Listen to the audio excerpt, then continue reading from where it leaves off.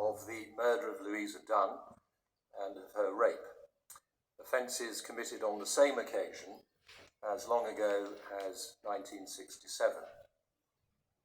I want to say something at the outset about the woman you killed. At the time of her death, on the 27th or 28th of June of 1967, Mrs. Dunne was a 74-year-old widow living in her own home at 58 Britannia Road, Easton, Bristol. She'd lived in this house for many years. She was born in 1892. As a young woman, she was involved in the birth of the labour movement and its mission to improve the lives of ordinary working people. Mrs. Dunne had been married twice in her lifetime. Her first husband, Edward Parker, was a notable figure in Bristol, serving as an alderman and being a leading light in the Labour Party. He died in 1945. This marriage produced two daughters, Iris and Edna. Her granddaughter, Mary Dayton, recalls that her mother spoke of Edward's deep love and affection for Louisa. Their home was a hub of social and political activity during this period. After Mr. Parker's death, and some years later, Mrs. Dunne remarried John Dunne, a widower from Ireland who worked as a night watchman for the Bristol Corporation. He also predeceased her, passing away approximately 6 years prior to 1967. Mrs. Dunne had established friendships and routines within her community. Her best friend of around 30 years was Alice Clark, who was herself a widow and lived in Easton. Due to Mrs. Clark's reduced mobility, Mrs. Dunne would typically visit her at least once a week, usually in the early evening. On the evening of the 27th of June, 1967, the day before her body was discovered, Mrs. Dunne visited Mrs. Clark from approximately 5:20 p.m. and left in good spirits, saying that she would go home to bed. Mrs. Clark believed Mrs. Dunne did not have many other close friends, but said that a few of her close neighbours would go into her to see that she was all right. Kathleen Haynes, who also lived in Britannia Road, had known Mrs. Dunne well for about 30 years and always spoke to her in the street. Violet Fortune, who lived next door at 60 Britannia Road, had been Mrs. Dunne's neighbour since 1957. Mrs. Fortune considered Mrs. Dunne to always have been a good neighbour. They had a routine whereby Mrs. Fortune would leave the previous day's newspaper on the front garden wall for Mrs. Dunne each evening. Mrs. Dunne led a simple life, supported by her old age pension and supplementary allowance. She did not possess any amount of money in the house, nor any valuables.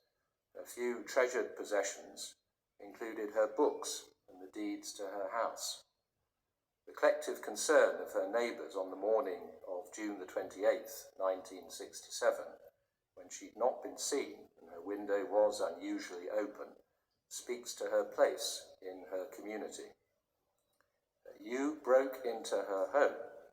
You sexually assaulted her, and in doing so, you caused her death.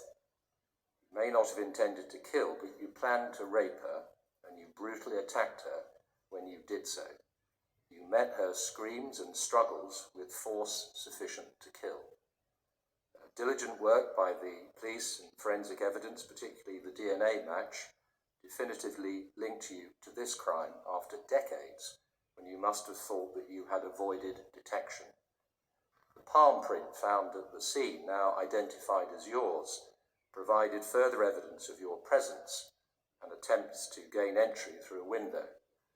I commend the Crown Prosecution Service, the police and the forensic scientists for their hard work and professionalism in investigating and bringing this case to trial. The nature of these offences demonstrates a complete disregard for human life and dignity. Mrs. Dunne was vulnerable. She was a small, elderly woman living alone. You exploited that vulnerability. You treated her as a means to an end. The violation of her home, her body and ultimately her life was a pitiless and cruel act by a depraved man. The rape of Mrs. Dunne before her murder places the offending in the most serious category. He violated the sanctity and safety of Mrs. Dunne's own home, where she had every right to feel secure.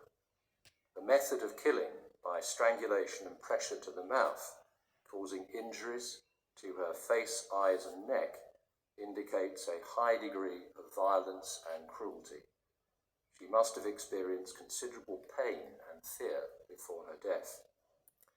In the course of the trial, the court has heard evidence about your subsequent criminal conduct, specifically the rapes and burglaries committed in 1977 and between 1973 and 1978. These offences involve the invasion of other elderly women's homes and sexual assaults. They reveal a chilling pattern of behaviour. You appear to have shown no remorse or shame for any of your offending. The enduring, devastating and intergenerational impact on Mrs. Dunne's family, as set out by her granddaughter, is also a powerful aggravating factor, showing the true measure of the harm you inflicted. The death of Louisa Dunne has had a lasting impact on her family. Her granddaughter described how her grandmother's brutal rape and murder left her mother feeling very ill, to the extent that she never really recovered. The crime clouded the rest of her life, as well as the lives of her sister, her aunt and her son. The fact that the crime was unsolved and you remained at large for so long compounded their suffering. Mrs. Dainton also spoke of the stigma attached to rape and murder, which led people to withdraw from her family, forcing her to suppress her emotions for decades. She spoke of the emotional toll this has taken on her personally since you were arrested, causing her to feel sad and very tired. It is a particular sorrow for the family, as she said, that all the people who knew and loved Louisa are not here to see that justice is being done. At the time these offences were committed in 1967, the role of judges differed from today.